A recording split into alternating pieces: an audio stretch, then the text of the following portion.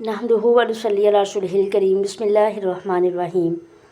सामिन इकराम, आपकी खिदमत में हाजिर हैं एक नए सबक के साथ। आप देख रहे हैं तर्जुमा तफसीर चैनल। अस्सलाम वालेकुम व रहमतुल्लाहि व बरकातुहू। सामिन इकराम, आज का सबक हमारा सूरह निसा की आयत नंबर 60 यानी आयत नंबर 60 से है और आज रुकू नंबर 9 है। शुरू करते हैं आज का सबक। आज का जो सबक है इसमें एक मुनाफिक और यहूदी का वाक़या बयान किया गया है कि मुनाफिकत जो है कितनी गलत और कितनी बुरी चीज़ है। तो मुनाफिक की पहचान क्या थी कि मुनाफिक उस वक्त जो थे लोग जो ख़ुद को तो ईमान वाले कहा करते थे लेकिन उनके दिलों में कुफ़र होता था, यानी दिल में कुफ़र होता था, ज़ाहिरी तौर पे वो ख़ुद को ईमान वाला यानी मोमिन कहा करते थे। तो ये इस आयत मुबारका में उन्हीं का वाक़या है। शुरू करते हैं सबक। बिस्मिल्लाहिर्रहमानिर्रहीम। अलम तरा इलल्लज़ीना यज़उमूना, अलम तरा इलल्लज़ीना, क्या आपने नहीं देखा उन लोगों की तरफ, यज़उमूना जो दावा करते हैं, अन्नहुम आमनू बेशक कि वो ईमान लाए, बिमा उनज़िला इलैका उस पर जो नाजिल किया गया आप सल्लल्लाहु अलैहि वसल्लम की तरफ, वमा उनज़िला मिन क़ब्लिका और जो कुछ नाजिल किया गया आपसे पहले, युरीदूना और वो चाहते हैं, अन यतहकमू ये कि वो फ़ैसला करवाएं, इला तागूती शैतान से, वक़द उमिरू अन यकफुरू बिही और तहकीक उमिरू हुक्म दिया गया है, अन यकफुरू बिही ये कि उसका इनकार करो, कफरू ये कि इनकार करो, यानी कि शैतान से दूर रहने का हुक्म दिया गया है, ना मानो उसको, अन यकफुरू ना मानो, कुफ़र करो उसका, इनकार करो। व युरीदु शैतानु और चाहता है शैतान, अन युज़िल्लाहुम ये कि उनको गुमराह कर दे, बहका दे, ज़लालम बईदा दूर की गुमराही में। तो ये जो आयत मुबारका है इसमें अल्लाह के नबी सल्लल्लाहु अलैहि वसल्लम को ख़िताब किया जा रहा है।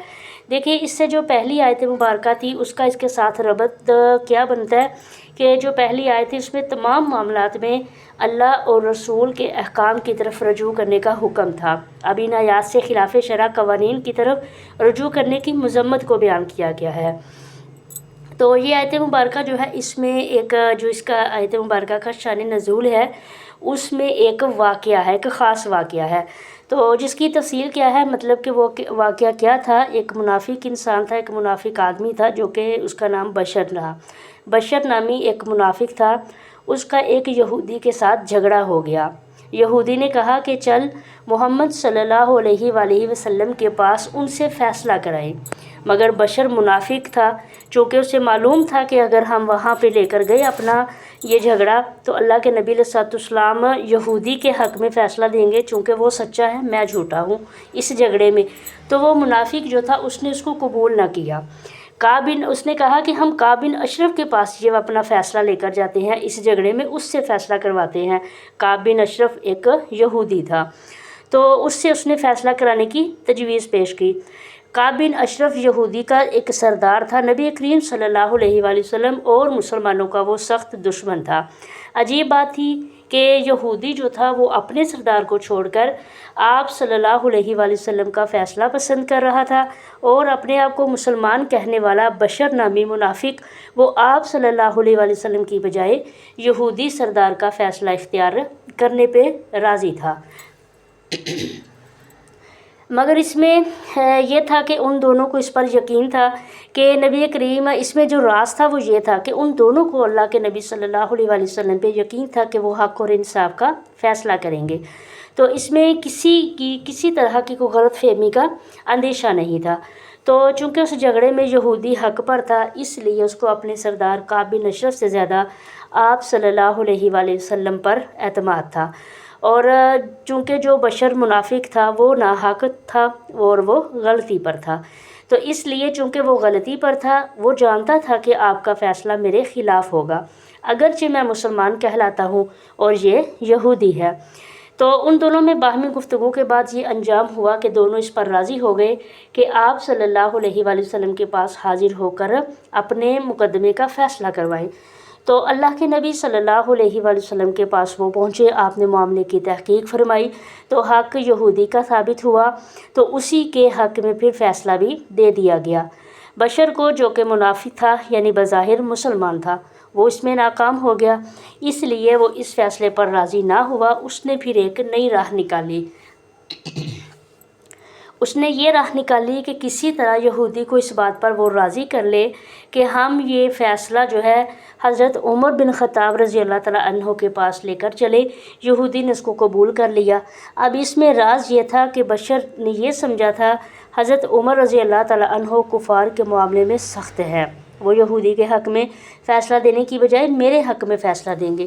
بہرکیف یہ دونوں حضرات حضرت عمر فاروق رضی اللہ تعالیٰ عنہ کے پاس پہنچے تھے۔ یہودی نے حضرت عمر رضی اللہ تعالیٰ عنہ کو پورا واقعہ بیان کر دیا، ان کے سامنے پورا واقعہ رکھا، تو اس مقدمے کا یہ بھی بتا دیا کہ اس مقدمے کا فیصلہ جناب رسول کریم صلی اللہ علیہ وآلہ وسلم فرما چکے ہیں، مگر یہ شخص یعنی کہ یہ جو بشر ہے یہ اس پر مطمئن نہیں ہے۔ آپ کے پاس مقدمہ لایا۔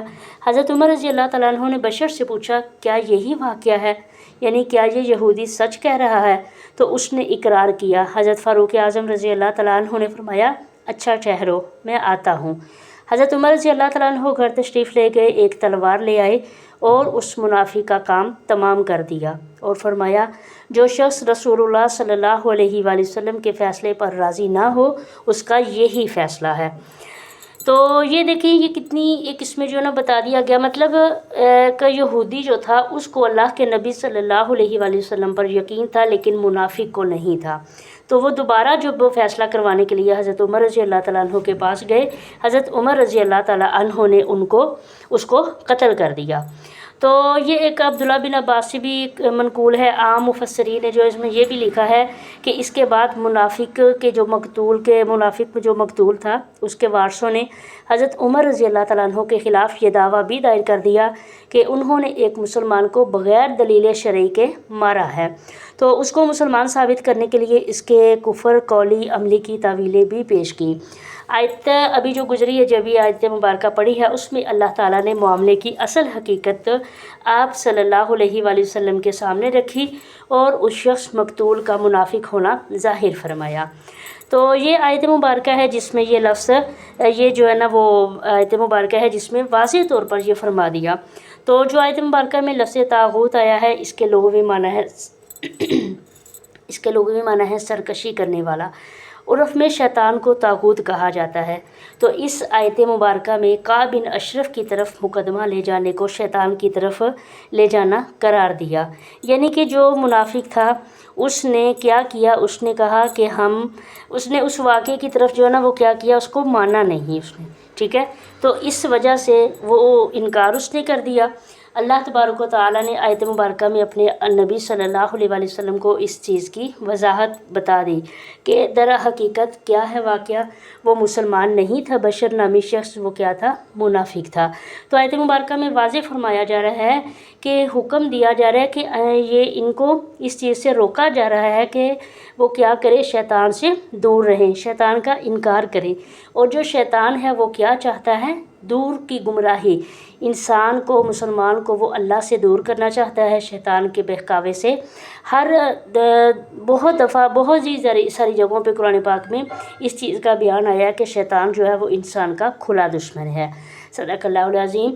یہاں آج کا ہمارا سبق مکمل ہوتا ہے، انشاءاللہ ایک نئے سبق کے ساتھ حاضر ہوں گے، تب تک کے لیے اجازت، اللہ نگہبان۔